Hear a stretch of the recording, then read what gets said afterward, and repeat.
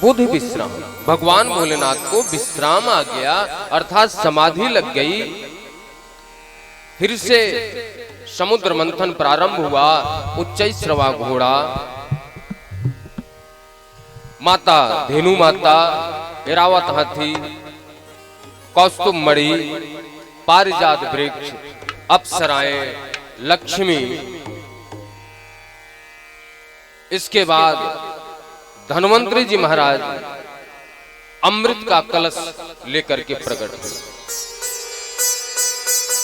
लक्ष्मी जी को भगवान विष्णु ले गए। पारिजात वृक्ष इंद्र की सभा में चला गया। अप्सराएं इंद्र की सभा में चली गई। कौस्तुभ मणि भगवान विष्णु ले गए। ऐरावत हाथी को इंद्र देवता ले गए। जो भी आता है सब देवता लोग ले जाते हैं। तो दैत्यों को बड़ा खराब लगा।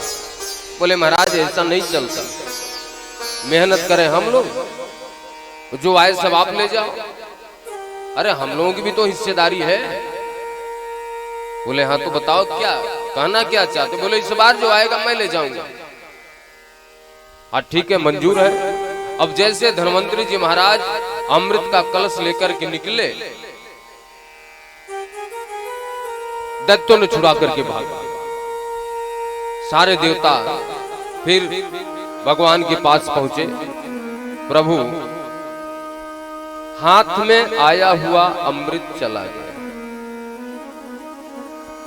बोले ज्यादा लालच करोगे तो यही होगा। अरे महाराज वो सब पी करके अमर हो जाएंगे। बोले तुम मेरी शरण में आ गए हो ना, अब तुम्हारा रक्षा करना मेरा कर्तव्य है। चलो मैं आता हूं। भगवान गोविंद ने विश्व मोहिनी रूप धारण किया। पैरों में घुंघरू की झनकार, थिरकते हुए दैत्यों के सन्मुख जैसे आए, दैत्यों ने देखा तो देखते ही रह गए। अरे देवी आप कौन हो? ऐसा लगता है विधाता ने आपको हमारे लिए ही भेजा है। विश्व मोहिनी रूपा प्रभु ने समझाया, विश्व मोहिनी ने समझाई कि देखो आप लोग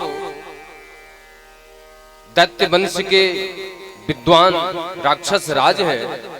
आप लोगों को शोभा नहीं देता किसी स्त्री के आसक्ति में पड़े, और विद्वानों के शोभा नहीं देता कि किसी स्त्री को देखते रहे उसके पीछे चल दे।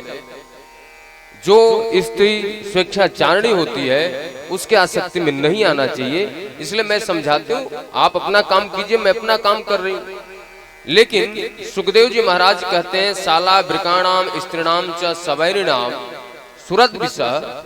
इसमें कहा गया कि उनके रूप को देख करके दैत्यों को अपने हाथ में रखा हुआ अमृत भी नहीं दिखाई दे रहा है। उस स्त्री के रूप को ही देख रहे हैं बार बार, और सोच रहे हैं किसी प्रकार यह हमारे साथ हो जाए।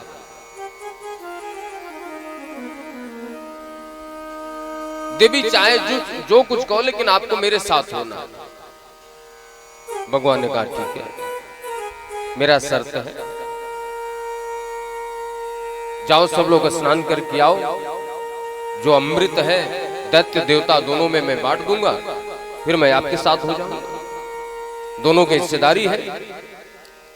सब लोग आए, पंक्ति लगी। देवताओं के बीच में एक राक्षस बैठ गया। देवताओं की तरफ भगवान अमृत बांट रहे हैं और दैत्यों की तरफ देख लेते हैं। ये जो राक्षस उस समय थे आज भी है, ऐसा नहीं कि आज नहीं है। जो स्त्री या किसी कन्या को निहार करके देखते हैं, ये राक्षस आपको हर जगह, कहीं चौराहे पे, कहीं रास्ते में, दो चार ऐसे राक्षस मिल जाएंगे जो किसी स्त्री को घूर के देख रहे हैं, किसी लड़की को घूर के देख रहे हैं, क्योंकि उनके अंदर काम वासना की पीड़ा है, काम से ग्रसित है। अरे जैसी मेरी बहन वैसे तुम्हारी बहन भाई, जैसी मेरी माँ वैसे तुम्हारी माँ। लेकिन राक्षसी प्रवृत्ति के कारण अपनी बहन तो बहन है, दूसरे की बहन बेटी को गलत निगाह से देखा। जैसे उस राक्षस के हाथ में अमृत गया, उसने मुख में डाला, तब तक सूर्य चंद्रमा ने इशारा कर दिया, प्रभु ये तो राक्षस है। भगवान ने चक्र सुदर्शन से उसके गर्दन को अलग कर दिया। अमृत पान करने की वजह से मरा तो नहीं, लेकिन दो भाग में हो गया, राहु और केतु। सूर्य ग्रहण, चंद्र ग्रहण जो लगता है, एक को राहु ग्रसित करता है, एक को चंद्र। भगवान ने तो अमृत बांट करके चले गए। सारे देवता फिर निराश, सारे दैत्य निराश हो गए अपने गुरुजी के पास। बोले गुरुजी, देवताओं ने हमारे साथ छल किया, विष्णु ने माया का रूप बना करके अमृत बांट करके चले गए। गुरुजी ने कहा कोई बात नहीं बेटा, मेरा आशीर्वाद है। जब गुरु मेहरबान तो चेला पहलवान, जाओ देवताओं को मार करके भगा। ध्यान देना, चाहे दैत्य हो चाहे देवता, यदि कपट किए हैं तो उनको दंड मिला है। अमृत पान करने के बाद भी महासुर संग्राम में देवता लोग हार गए। राजगद्दी के ऊपर राजा बलि का कब्जा हो गया।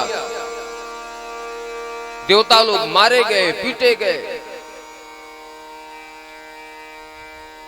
आज देवताओं की जो माता जी हैं थोड़ी चिंतित है। कश्यप जी महाराज आए, कहते हैं देवी आप चिंतित हो? बोले प्रभु हमारे बच्चे मारे मारे फिर रहे हैं, आप कृपा कर दो एक संतान की प्राप्ति हो जाए। ऋषि महाराज ने कहा भगवान का भजन करो। कौन बेटा कौन बेटी? क्व देहो भौतिको नात्मा क्व चात्मा प्रकृते प्रह कस्य के पति पुत्राद्या मोह ये वही कारणम।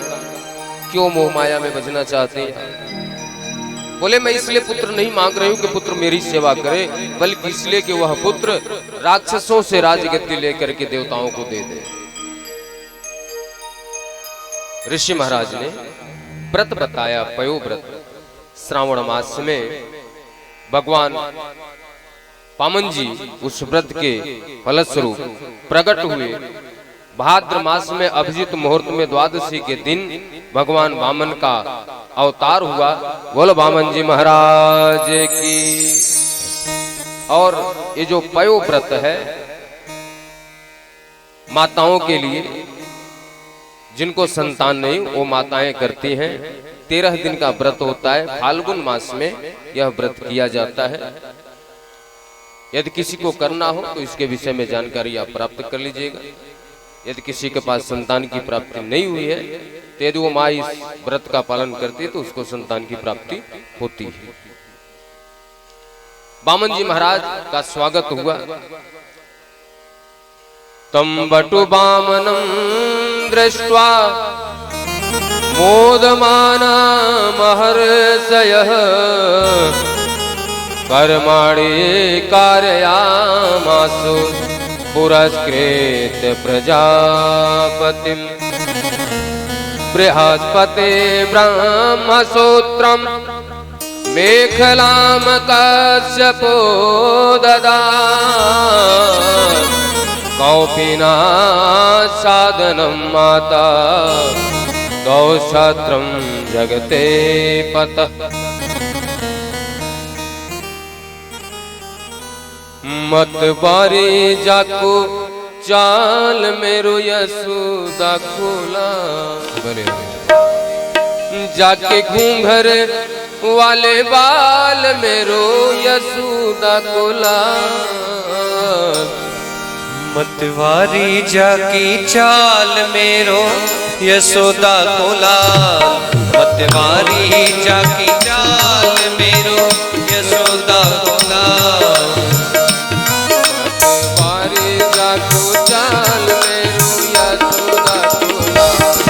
मतवारी जाकी चाल मेरो यशोदा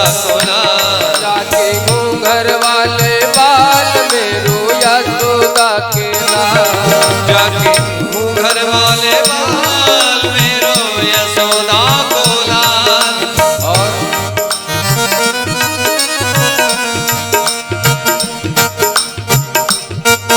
ताली के साथ ताली मतवारी जाको चाल में